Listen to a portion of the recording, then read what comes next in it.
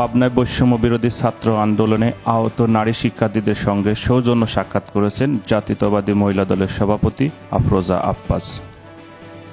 এ সময় তিনি বিএনপির ভারপ্রাপ্ত চেয়ারম্যান তারেক রহমানের পক্ষ থেকে তাদেরকে আর্থিক সহায়তা করেন।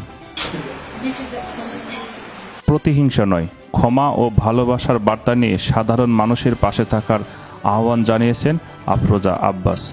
চাইলাম যে প্রত্যেকটা অন্যায়ের প্রতিবাদ করার জন্য যারাই মাঠে থাকবে তাদের পাশে জাতীয়তাবাদী দল আছে। তো কারণ আমরা সম্মিলিতভাবে এটা করেছি, তাদের পাশে ছিলাম, প্রত্যক্ষভাবে হোক পরোক্ষভাবে হোক আমরা অবশ্যই ছিলাম। তো যে এত এত হাজার হাজার আমাদের যে সন্তানেরা যাদের রক্তের বিনিময়ে স্বাধীনতা পেয়েছি, তো সেই স্বাধীনতা যেন আমরা সবাই মিলে ধরে রাখতে পারি, সেই জন্য আমাদের দেশনেত্রী বেগম খালেদা জিয়া এবং দেশনায়ক তারেক রহমান বলেছেন যে প্রত্যেকটা ঘরে ঘরে আমরা যেন যাই, যে সমস্ত মেয়েরা অন্তত নারীদের দায়িত্ব আমাকে দিয়েছেন যে তাদের পাশে দাঁড়ান, যেন আমরা তাদেরকে বলতে যে বার্তা দিতে যে আমরা তাদের পাশে আছি।